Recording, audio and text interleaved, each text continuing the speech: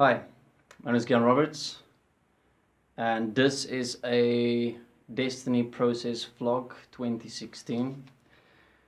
Today I'm just going to share a little point that I had to realize for myself within my process with Destiny before I could make a stand and where I could decide that this is what I'm doing, this is who I am, this is what I'm walking this life. The destiny principles, the message, and living it absolutely in every single moment as who I am, as where I participate in this world, and when I participate in this world, I take the message with me. Now, the point I want to share is how in the beginning of my process, everyone that I knew told me that Gian is just going through a phase. It's just a phase. Destiny is just a phase for Gian. Now, I can't say to the people that say that you're not right, blah, blah, blah, blah, because previously in my life, I have had phases of doing many things. I had my party phase, I had my girlfriend phase, I had my friends phase, I had sport phases, I had so many phases in my life. And when I joined the Destiny group, and when I started walking my process with Destiny, through writing, self-forgiveness, developing self-honesty, developing common sense, and changing myself to that which is best for all life. Everyone was seeing it as just another phase. No one took it serious. No one was looking at me going, he's actually changing. And to a certain degree, I had to come to terms that I was going through a phase. Destiny inside of me did become a phase, because over the years I could see how my participation has changed. From in the beginning in Destiny, I was keen, I was excited, like here's a 4-count breath, and I practiced 4-count breath every day. I applied breathing every day. I would remind myself breathing. I would investigate every single thought that came up. I would write it down, and I would really be serious about every single moment, about every single thing I'm doing, and walking it within the principles of what's best for all, with investigating myself and with changing myself within what is best for all life. And as time progressed and as time went by, it started fading away little bit by little bit by little bit. Now, I wouldn't say it faded away like a conscious decision. It faded away because of how I participated, how things became busy, life became busy. A lot of things started happening, a lot of changes happened, and within all of that, I kind of forgot about my consistent process, and it just became a phase that I went through. I still apply the tools, but only for an hour a day or 2 hours a day.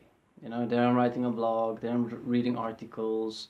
Now I'm talking here about 4-5 years ago.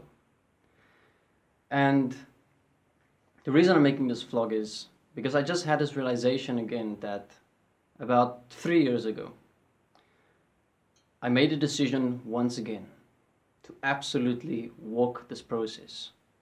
But I've already made a decision before, so how could I make this decision again? And I realized that it's not about making a decision every few years. It's about making the decision every single breath. Every single breath is you walking the decision of, I'm doing this. I'm changing me as what is best for life to my utmost potential within this life. I am taking on the mind, and I am not letting the mind slip by and let the mind decide who I'm going to be. But there is a couple of points that we have to consider, obviously, within the mind point and facing the mind continuously. For example, with Destiny, back in the beginning, the main key to process is breathing. Breathing is how you walk your process absolute. How you take the mind and you deal with the mind in every single breath. You do not accept and allow the mind to continuously run your life. So that when you are breathing, this is why the 4-count breath was so important, is to develop a stable breath within inside of yourself, where you can catch the thoughts, where you can catch the fast-moving thoughts, where you can catch backchat, where you're talking to yourself and stop it, where you can even pick up on your subconscious and your unconscious levels of your mind later on. But within this, you have to apply self-forgiveness on certain points that you cannot necessarily deal with in a moment, and they are too overwhelming, or you do not understand them, and you need to go sit down, you need to do self-forgiveness, and you need to really understand how you have created yourself. How did you manifest what is existing as you currently, and thus the world? So, when we realize that every single breath is a decision, and when we bring back our focus to breathing, a relaxed physical breath, a breath that is natural to the body, not a breath that you're forcing onto the body that is out of sync. It's your body knows how to breathe. It's just the mind is compromising that natural breath. The mind is compromising the natural flow of the body. The body by itself is physically here. It's physically functioning. It's taking care of itself. It is the mind that is disorienting and disrupting and doing things to the body that is not natural. So the breathing, the 4-count breath, is simply to realize your natural breath and to later on breathe naturally. And this way you take on the thoughts. This way you take on your design. This way you start changing your design.